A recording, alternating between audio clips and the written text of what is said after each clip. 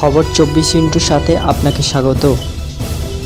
নতুন নতুন খবর জানার জন্য আমাদের চ্যানেলে চোখ রাখুন। নমস্কার, খবর 24 ইন্টুর সাথে আপনাদের স্বাগত। দর্শক, আবার সেই আরজিকর। আরজিকর হাসপাতালে মহিলা চিকিৎসকের ধর্ষণ খুনের মামলায় এবার চিকিৎসক বিরূপাক্ষ বিশ্বাসকে তলব করল সিবিআই। শনিবার সিজিও কমপ্লেক্সে হাজিরা দিয়েছেন তিনি। সেখান থেকেই আরজিকর কাণ্ডের তদন্ত চালাচ্ছে কেন্দ্রীয় গোয়েন্দা সংস্থা। ধর্ষণ খুনের ঘটনায় ইতিমধ্যে হাসপাতালের প্রাক্তন অধ্যক্ষ সন্দীপ ঘোষকে গ্রেপ্তার করেছে সিবিআই। তিনি কেন্দ্রীয় গোয়েন্দাদের হেফাজতেই আছেন।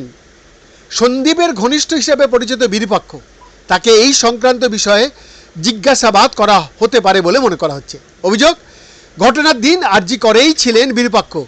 কেন তিনি ওই হাসপাতালে গিয়েছিলেন সেই বিষয়েও তাকে জিজ্ঞাসাবাদ করা হতে পারে। আরজিকরের ঘটনা প্রকাশ্যে আসার পরেই সেই সূত্র ধরে বিরূপাক্ষ অভিজ্ঞদের মতো চিকিৎসকদের নামও কিন্তু প্রকাশ্যে এসে গেছে। বিরূপাক্ষ বর্ধমান মেডিকেল কলেজের চিকিৎসক, তার বিরুদ্ধে মেডিকেল কলেজে দাদাগিরির অভিযোগ উঠেছে।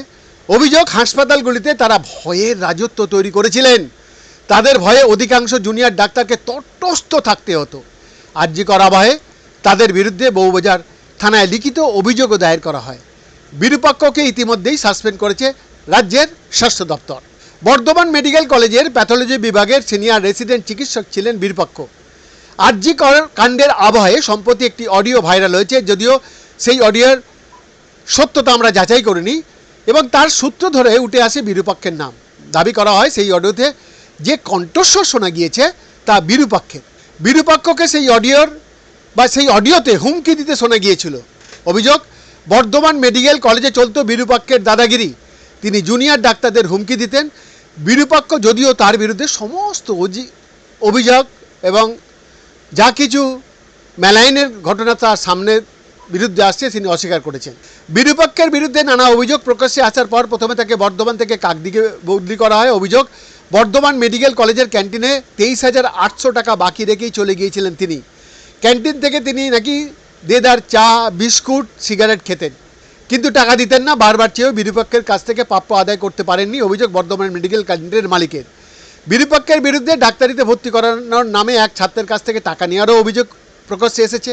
অভিযোগ, 4 বছর আগে মুর্শিদাবাদের জলঙ্গির এক ছাত্রকে ডাক্তারিতে ভর্তি করিয়ে দেওয়ার আশ্বাস দিয়ে তিনি দুদফায় মোট 8 লক্ষ টাকা নিয়েছিলেন। শেষ পর্যন্ত ওই ছাত্রকে তিনি ডাক্তারিতে সুযোগ করে দিতে পারেননি, টাকাও ফেরত দিচ্ছিলেন না। এই নিয়ে থানায় অভিযোগ দায়ের করা হয়। পরে 45,000 টাকা ফেরত দিয়েছেন বলে জানায় ছাত্রের পরিবার।